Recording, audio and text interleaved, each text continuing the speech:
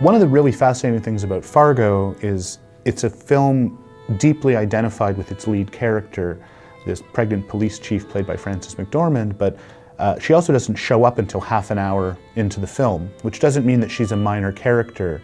It just means that if you're seeing the film for the first time, you might wonder, well, where is Marge? Oh, jeez.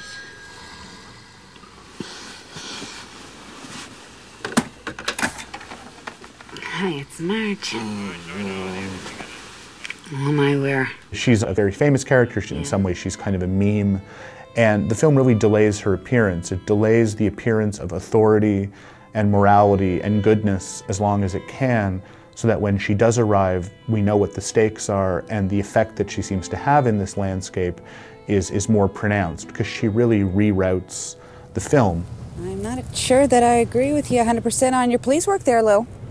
Yeah? Yeah. I think that vehicle there probably had dealer plates. DLR. At the beginning of Fargo, we may not find anyone to sympathize with, and by the end, we are drawn as close to her as I think any character in the Coen's entire filmography. She's just deeply good, and quite brilliantly played by Frances McDormand. I just don't understand it.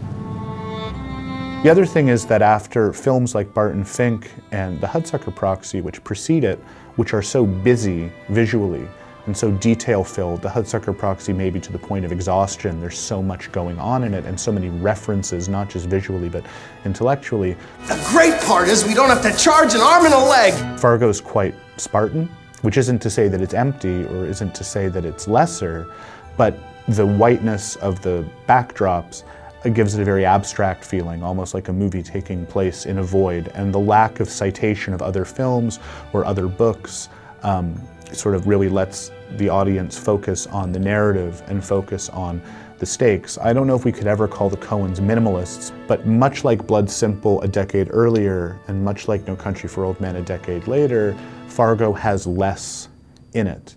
And I don't think it's a coincidence that it's a movie that people tend to connect with emotionally more than their other works, because it's less crowded, because there's a little more focus on the characters, there's maybe a little more focus on the story, and you're not playing spot the allusion and spot the reference the way you are in Hudsucker or Lebowski, which are the two movies on either side of it.